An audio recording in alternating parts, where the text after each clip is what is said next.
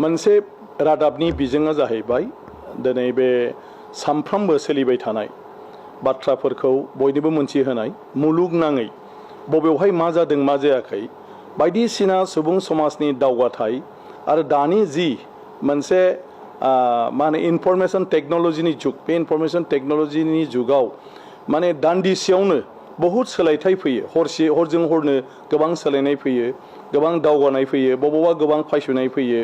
बायदिसिना बाथ्रा जाबाय थायो। बेफोरखौ बे बर' रावजों फोसावनायनि गेजेरजों गासै बर' सुबुंफ्रा मोनथिनायनि बेयो मोनसे राहा। आरो आं सानो बेजों लोगोसे बर'नि सोमोन्दै, बर' जोंनायनि सोमोन्दैबो बे बिजोंनि गेजेरजों फोसावजाबाय थायोब्ला गासै बर' रायजो राजाफ्रानो गावनि सोलिबाय थानाय जेंनानि सोमोन्दै आरो हारिनि मोजांनि थाखाय माबाफोर जादोंब्ला बेफोर बाथ्राफोरखौबो बे रादाब बिजोंनि गेजेरजों जों मिथिनो हागोन।